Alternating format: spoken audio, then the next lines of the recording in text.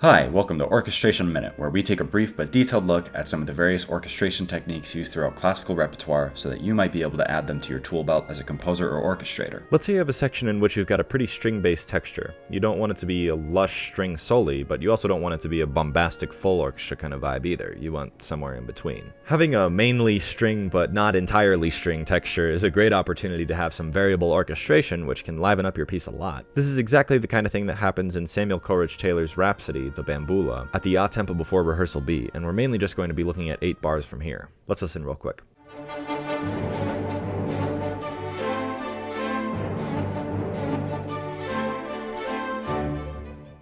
So the main action is going on in the strings, as was previously stated, but the little bits from the first flute, oboe, and clarinet make this part of the melody just pop out a slight bit more. And it's important to note here that this isn't the type of thing where the strings do a melodic thing and then the woodwinds have a little commentary on it before going back to the strings, but rather these woodwinds are literally just doubling the first violins and bringing them out with a little bit of woodwind flavor. And in between the bits where the upper winds are involved, the bassoons can be found doubling the cellos and basses. So you have a much more living texture rather than simply, here are all the strings and winds and they're doing the exact same thing, hope you enjoy.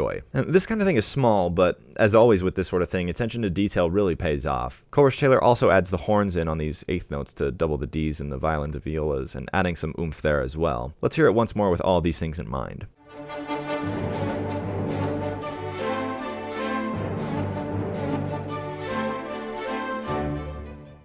This approach is a really great way to show off a large portion of the orchestra without having them all slam into the bar lines all at once. And while there is a time for big tutti moments, this little 8-bar mini phrase would be so much more boring if all the instrumental groups were just doubling each other. This carefully crafted approach is a much better option the vast majority of the time, in my opinion. Well, that's all we have time for today. Like and subscribe for more zoomed in looks at various moments in the orchestral repertoire.